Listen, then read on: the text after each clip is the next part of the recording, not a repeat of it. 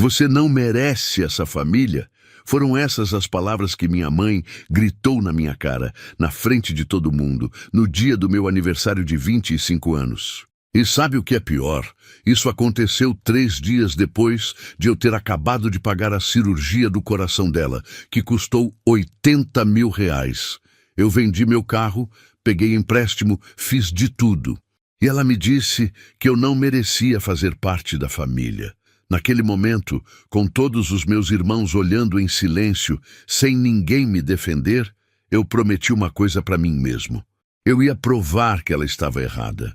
Não com palavras, não com gritos, mas com atitudes. Só que o que eu não imaginava é que a vida ia me colocar numa situação muito difícil. Eu teria que escolher entre salvar essa família ou simplesmente deixar tudo desmoronar. E olha, depois de tudo que eles fizeram comigo, essa escolha foi muito mais difícil do que você imagina. Deixa eu voltar um pouco para você entender como tudo começou. Eu sempre fui o diferente da família. Enquanto meus 3 irmãos eram altos, atléticos e populares, eu era magro, tímido e passava mais tempo lendo. Meu pai morreu quando eu tinha 7 anos, e a partir dali, minha mãe sempre deixou claro quem eram os favoritos. Lucas, o mais velho, era o orgulho da família. Marina era a princesinha. E Rafael, o caçula, era o engraçadinho que fazia todo mundo rir. Eu era só o Rodrigo, o esquecido, o que não se encaixava em lugar nenhum. Lembro de um dia específico que marcou minha infância inteira.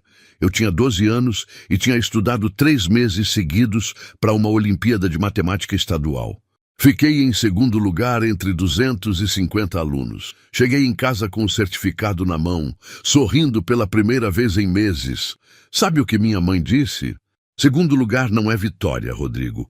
Seu irmão Lucas sempre ganha em primeiro. Naquele dia, alguma coisa quebrou dentro de mim, mas ao mesmo tempo acendeu uma chama. Eu ia provar meu valor, nem que demorasse a vida inteira. Passei a adolescência inteira me esforçando o dobro, o triplo dos meus irmãos. Enquanto eles saíam e se divertiam, eu estudava, trabalhava, me sacrificava, consegui uma bolsa integral numa universidade particular boa, me formei em engenharia e aos 23 anos já estava ganhando bem. Mas nada disso importava para os olhos da minha mãe, até que chegou aquele momento que mudou tudo. Minha mãe começou a passar mal, foi para o hospital e descobriram um problema grave no coração. Ela precisava de uma cirurgia urgente, mas o plano de saúde não cobria. O valor era assustador, R$ 80 mil. Meus irmãos simplesmente sumiram quando o médico deu a notícia. Lucas disse que estava com dívidas. Marina tinha acabado de casar e não podia ajudar. Rafael ainda estava na faculdade. Sobrou para quem? Para o Rodrigo, o que não merecia a família. Eu podia ter virado as costas. Juro que pensei nisso. Mas não consegui. Vendi meu carro que eu tinha comprado fazia 6 meses. Peguei empréstimo no banco. Juntei cada centavo que eu tinha guardado para o meu casamento. Paguei a cirurgia. Minha mãe ficou 3 semanas no hospital e eu visitava ela todo santo dia depois do trabalho. Levava frutas, conversava, cuidava dela. Meus irmãos apareciam de vez em quando, ficavam 10 minutos e iam embora. Mas quando ela teve alta, sabe quem recebeu os agradecimentos? Lucas, por ter visitado 2 vezes. 3 dias depois da alta, fizeram aquela festa surpresa para o meu aniversário. Eu achei que finalmente iam me reconhecer, me valorizar. Que ilusão! No meio da festa, minha mãe começou a contar histórias dos filhos dela. Falou do Lucas, da Marina, do Rafael. Quando chegou em mim, ela pausou, olhou nos meus olhos e disse: "Você se esforça, Rodrigo, mas nunca vai ser como seus irmãos. Você simplesmente não tem o mesmo sangue de vencedor. Você não merece essa família." Silêncio total. Ninguém me defendeu. Ninguém. Saí daquela festa e tomei uma decisão. Ia me afastar.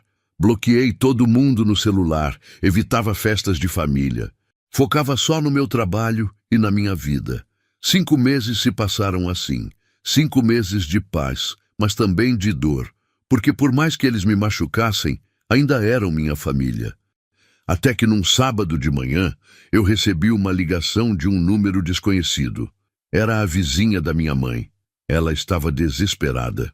Rodrigo, sua mãe caiu em casa, está passando muito mal e nenhum dos seus irmãos atende o telefone. Meu coração gelou. Peguei o carro emprestado de um amigo porque o meu eu tinha vendido, lembra? E fui até a casa dela em 15 minutos, quando normalmente levava 40.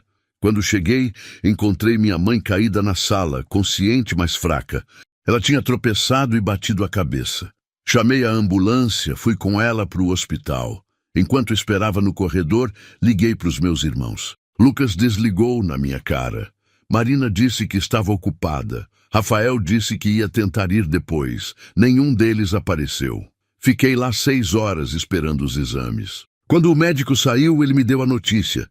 Ela estava bem, só precisava de repouso, mas tinha dito algo que me fez pensar. Seu filho, sua mãe está muito estressada, muito sozinha. Ela precisa de apoio emocional, não só financeiro. A saúde dela está frágil e, se continuar assim, pode ter complicações sérias. Foi aí que eu entendi. Eu tinha 2 escolhas: continuar afastado e deixar ela se destruir sozinha, ou voltar e ser o filho que ela nunca mereceu ter, mas que eu escolhi ser. Decidi voltar, mas não do jeito que era antes. Voltei com limites, com respeito próprio, mas voltei. Comecei a visitar minha mãe 2 vezes por semana. Levava almoço, ajudava com as contas, consertava coisas da casa. No começo, ela ficava surpresa, até meio desconfiada. Mas eu não fazia isso esperando gratidão. Fazia porque era o certo, porque família não é sobre merecer, é sobre escolher amar mesmo quando dói. E foi justamente essa atitude que mudou tudo. Depois de 2 meses voltando regularmente, algo aconteceu. Minha mãe teve uma crise de choro na minha frente. Ela me pediu perdão. Disse que passou a vida inteira projetando em mim as frustrações dela, que eu lembrava meu pai e que ela nunca tinha superado a perda dele. Disse que eu era o filho mais parecido com ele e que isso doía, mas que finalmente ela entendia. Eu era o único que realmente amava ela de verdade. Não por obrigação, não por interesse, mas por escolha. E isso valia mais que qualquer medalha de primeiro lugar. Naquele abraço, eu senti algo que nunca tinha sentido antes. Aceitação. Amor verdadeiro. Ela me olhou nos olhos e disse: "Você sempre mereceu essa família, Rodrigo. Na verdade, é essa família que não merecia você. E você ainda escolheu ficar. Isso te faz maior que todos nós." Meus irmãos eventualmente voltaram, mas a relação mudou. Hoje minha mãe tem uma foto minha na sala, bem na frente. E sabe qual é? A do 2º lugar na Olimpíada de Matemática. Ela emoldurou. E embaixo escreveu: "Meu filho campeão." Eu aprendi que família não é sobre sangue, não é sobre perfeição, é sobre escolhas. É sobre estar presente nos piores momentos, mesmo quando ninguém estaria por você. É sobre perdoar sem esquecer, mas seguir em frente. Hoje eu olho para trás e percebo que cada rejeição me tornou mais forte. Cada palavra dura me ensinou empatia. Cada vez que eu não fui escolhido, aprendi a me escolher. E quando finalmente fui reconhecido, foi genuíno, foi real. E valeu cada lágrima, cada sacrifício, cada noite sem dormir. Porque no final eu provei, não para eles, mas para mim mesmo. E isso mudou tudo.